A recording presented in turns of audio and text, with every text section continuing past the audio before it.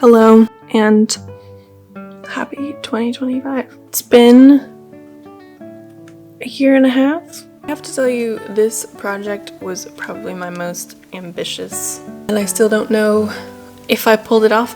It's finished and I had a lot of fun and I enjoyed myself. So I have my notes here, and I also have some notes that I took throughout the process here. We're just gonna go through them and talk about why on earth I decided to do this and everything involved in each of the panels. I tried to do kind of an Arwen makeup look. I don't know how well it translates, but I did my best. I have my peppermint tea. It's about 11 a.m. and I have some toast and jam and very good blueberries, so technically this is second breakfast, I think. So the concept started when I wanted to do a Lord of the Rings painting. A simple idea. My thought was, such a huge story and there's so much going on. There's so many characters and plot points and locations and events and color palettes, themes and moments and objects. How on earth would I distill that many important ingredients into one painting and do the story any kind of justice? So I started thinking about another passion of mine, which is the genre of Wimmelbildung, or it's like in German means teeming picture, basically. I really got into this genre over the last 2 years when I was doing my MFA, which I just graduated from in June. So back to the concept. This is a kind of image that contains a vast and intricate amount of visual information in a very busy way, whether it's people or places or things. Some well-known examples are in the form of children's books, which I love, which are, for example, Where's Waldo, or the I Spy series by Walter Wick. My dad is German, so I grew up with this illustrator called Ali Mitkich. Another kind of section under this umbrella are paintings. It's part of why I love the Northern Renaissance artists, because you might be familiar with Peter Bruegel. There are so many conflicting reports on how to pronounce his name. Please, any Dutch speakers, let me know what's correct. He's an absolute legend. Another one of my favorites, which we'll be talking about a lot in today's project, is Bosch. Obviously. Classic. Love that guy. He painted a famous triptych called The Garden of Earthly Delights. And now you might be seeing where I'm going with this. I mean, you probably saw the thumbnail, and so you already knew it was going to happen. So Bosch's Garden of Earthly Delights, which was painted between the end of the 15th century, beginning of the 16th century, it's split into 3 panels. They have a kind of murky meaning. They're generally understood to be read from left to right, with heaven imagery over here. Wait, am I going to be a mirror image? Heaven imagery over here. Garden of Earthly Delights, or which seems to be like many people cavorting in the middle. And then a panel of hell and torment. And I thought referencing this painting seemed like a perfect way to visually tell the Lord of the Rings story. For one thing, I like making fan art that can exist more or less subtly. Like, you can still enjoy it as a piece of art or as a painting without necessarily knowing what it's about or what it's referencing, with the added element that there's like this really like tasty, like, oh my gosh, I get it moment if you look a little closer. I was imagining this triptych is maybe being painted by a young Hobbit painter apprentice who maybe was like at a later age, and they learned the story and they put it down in a visual format. I'd also done this watercolor poster for a Patreon mail project a couple years ago, where I made the plot of The Hobbit into a maze. It was inspired by the 1960s cover art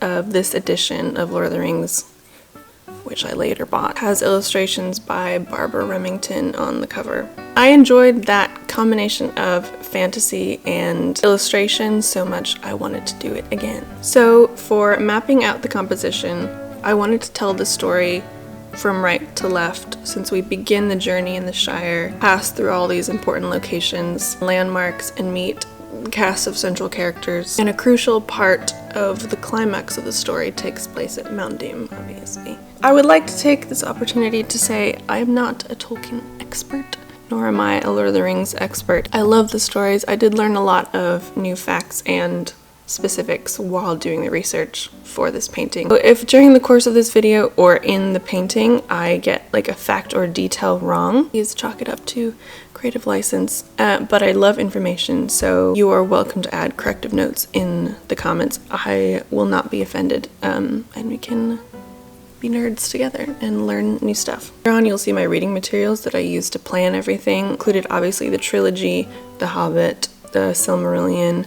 There are 2 books of essays by Tolkien and C.S. Lewis on writing fantasy stories that I've always enjoyed, that I kind of read again. Amazing and incredibly useful book of maps of Middle-earth by cartographer Karen Wynne Fonstad, and some Northern Renaissance art books because I like learning and observing from physical books, and I wanted the way I painted this to kind of reflect, kind of slightly be able to be mistaken for an old painting if you don't look very closely. Though I'm not trying to put myself on the level of Bosch. That's the kind of painting style that I'm going for. So I did a lot of kind of looking over, like you might see in the footage where I went through my books, and I used different colored tabs for different ways of painting. So I would use like a green tab I think for like vegetation and trees, and then a pink one for like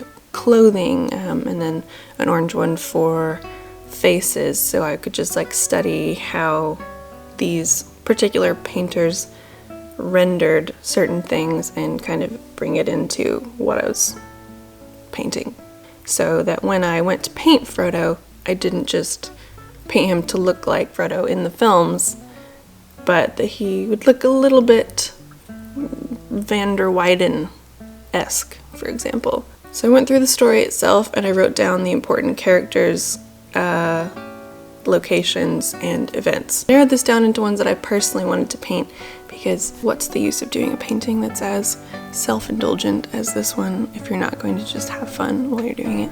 I mapped those out into a very rough, more or less geographically and chronologically accurate outline of the places of Middle-earth as featured in the 3 books. Here I had a list of places. Here I had a list of characters, and I had some objects down here. Then I went through and I kind of made put a number according to which panel I wanted it to be in, and then I circled the different characters that I decided I wanted to depict. This was the original drawing. So as you can see, it was quite rough. But it basically ended up somewhat looking like this. I started with my first sketch of the Shire panel.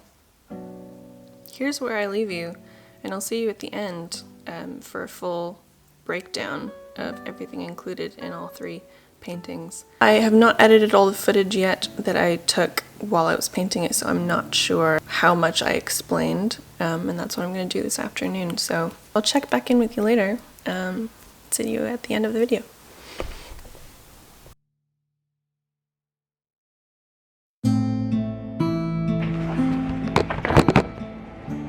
Am I in the background?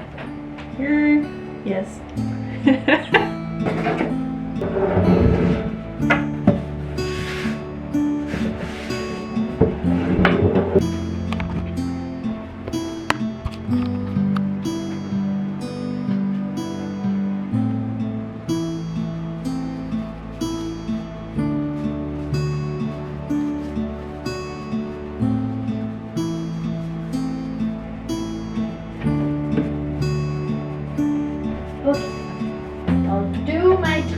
Call the lady.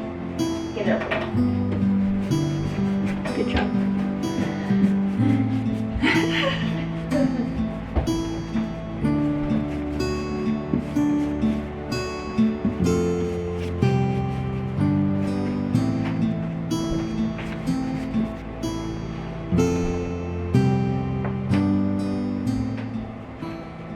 These have the first coat on them. They're gonna dry. I did it! Yay! Are you gonna steal my identity? Hey guys, I'm Christine. She was like, can I have your social security? Can I have your routing number? Can I have the... Are you sure you know who this lady is? Yes, yes, yes. I'm... Yes! Would you like to listen to my Celtic playlist? You can do that. I didn't know if you wanted my music in your ears. If it was bagpipes, I might turn it down. I'm gonna talk to the camera now, Christine, so don't mind me. You're not talking to me anymore? One time, I've done one layer of gesso on each of these. I'm gonna let it dry for a little bit. And in the meantime, I'm gonna address October's Patreon mail, which are these guys. They look like that. Here's a lino cut, a block print. A lino.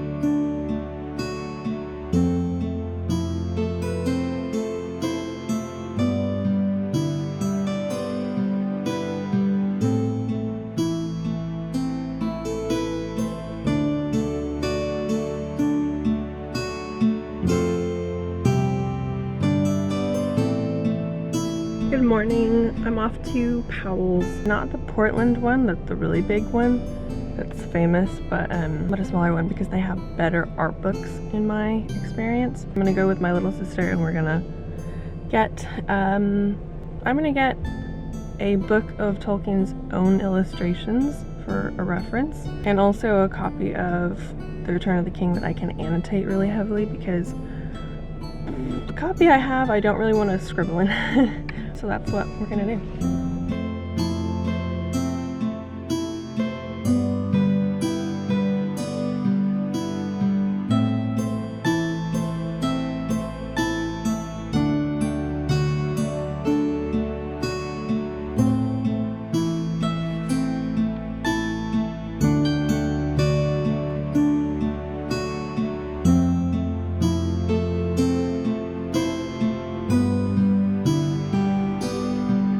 How many books do you have again? 1, 2, 3, 4, 5, 6, 7. That's below 2 digits.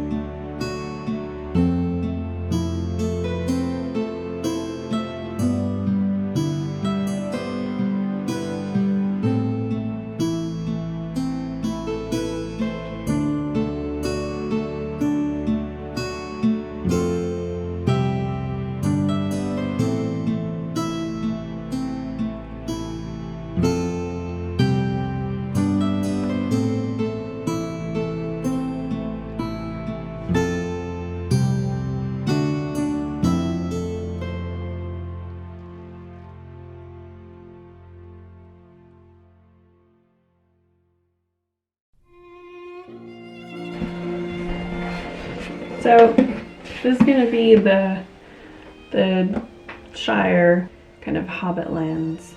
North, east, south, farthing, Buckland, Old Forest, Barrow Downs, Bree. A lot of the locations from like first bit of the first book.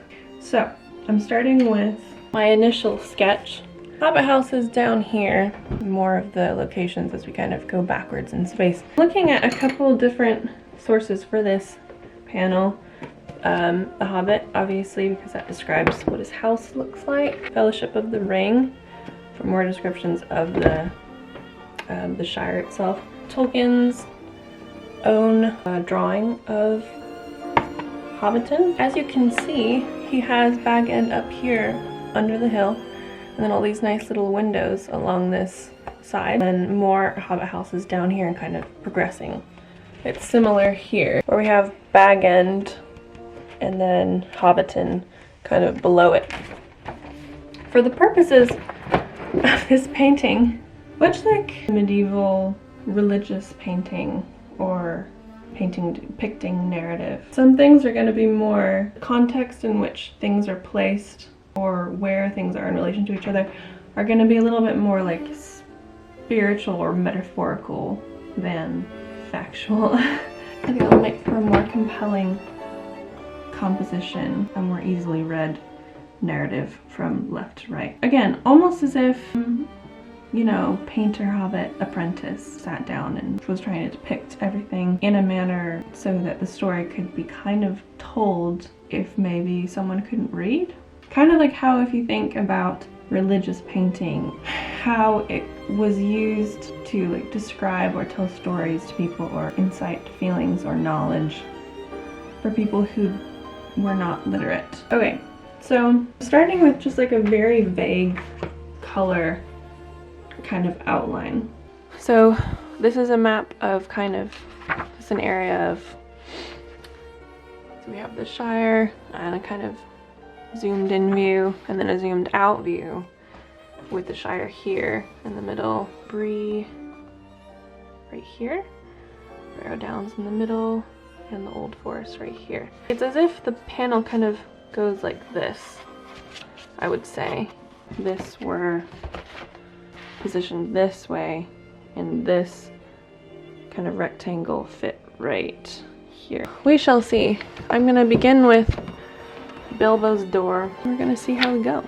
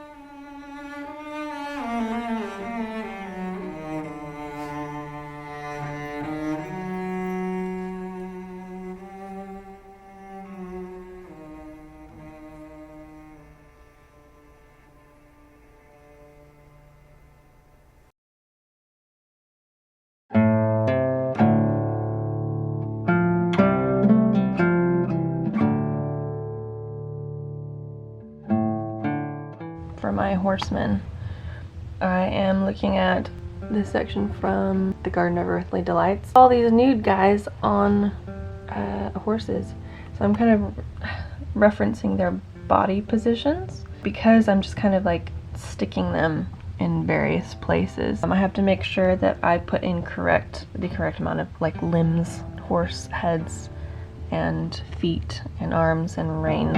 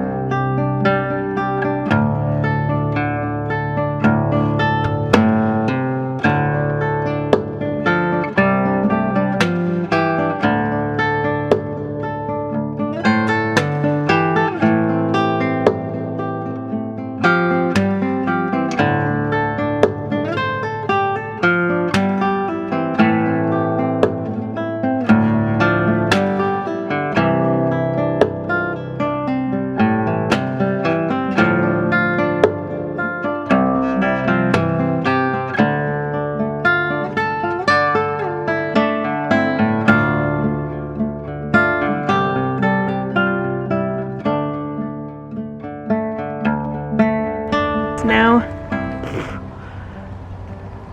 January, and last time I was working on this painting was December. This is the month that I'm going to finish it. Actually, I'm going to finish it next month because this is the last week of January, but this is definitely going to get finished. And the weather's been really nice this week, so that's always good for like natural light to work in. Look at that sunset. Anyway, feeling a little bit more like I know what I want to do. I'm gonna work on the Hobbit panel first. I don't know. I feel like there's always a part of a painting that I want to finish first. It's like always the part that I go to first when it's like during the underpainting and the oil layers, and like to finish it up because that part feels like the most important part, like somehow it's maybe the soul of the painting. Usually it's like if it's more figurative, it'll be the main person's face and hands.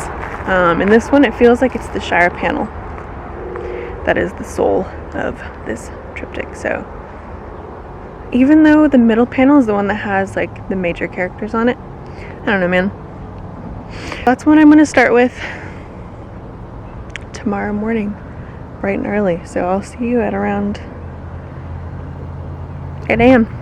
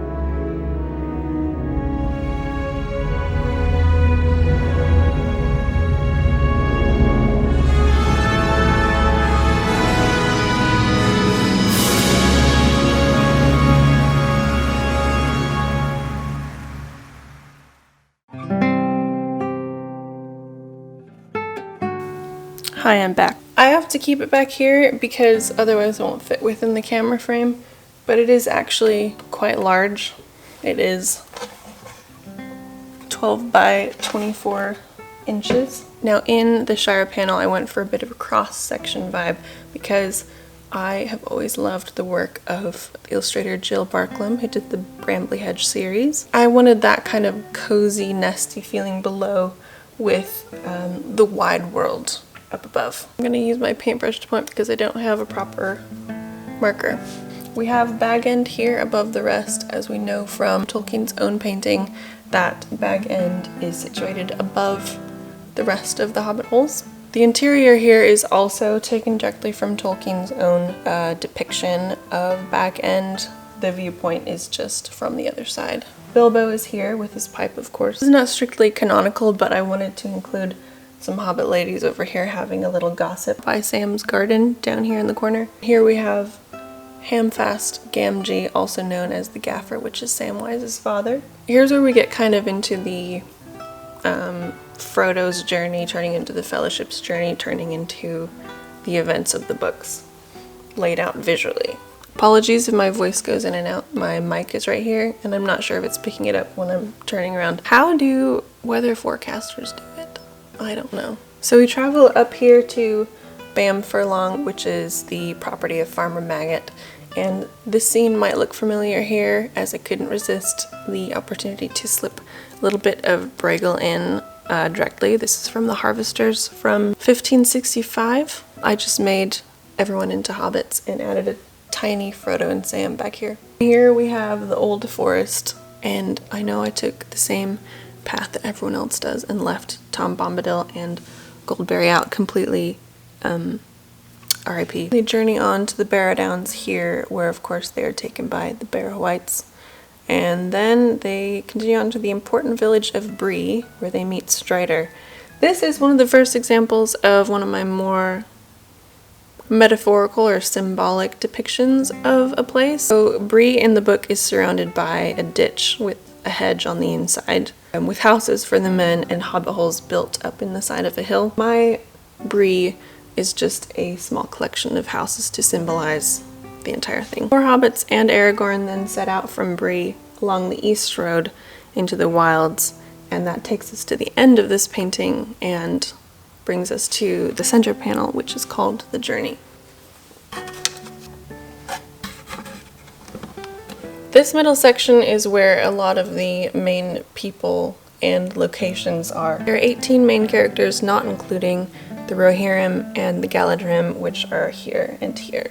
I wanted this middle panel especially to feel like a medieval battle or biblical painting, where there are just throngs of people and places and everyone looks a little wonky. When I was working on the Rohirrim, I was reading one of Tolkien's letters from 1958 where he described them as being slightly similar to the Bayeux Tapestry. So I took that medievally, renaissance-y, slightly warped idea of depicting a series of events and kind of just ran with it. Anyway, so from the top, we begin by traveling to the fort of Bruinen, where they were set upon by the Black Riders, and here we have the waves with Gandalf's water horses, symbolized by three tiny little white horses here. And they arrive at last at Rivendell, where Frodo meets up with Bilbo. The council happens, we learn a lot of backstory, and the Fellowship is formed. The Fellowship travels on to the Misty Mountains, which they pass through via Moria, but not before Frodo is almost taken by the Watcher in the water right here. I wanted to include the Balrog in Moria, but next time. They reach Lothlorien here with the Lady Galadriel. I was always intrigued by the description of Lothlorien and how they lived in these flets in the trees. So this is also my symbolic depiction of that in a kind of a cross-section way. Anyway, then Frodo and Sam travel down the Anduin, and we're left with three important locations, which is Rohan, Gondor with Minas Tirith, and the Forest of Fangorn. Now, Rohan actually extends a bit below Fangorn, but I had to squeeze things a little bit to fit everything in. Theoden is here with Grima Wormtongue, and Eowyn and Faramir, my favorite character, and they're holding hands. There's no burning pyres in sight because I want them to be happy and in love. forever. Down here in the forefront, because they're the important ones, we have Gandalf, Frodo, Sam, Merry and Pippin, Aragorn, Gimli, Legolas, Arwen, and Boromir, and Haldir over here leading the Galadrim.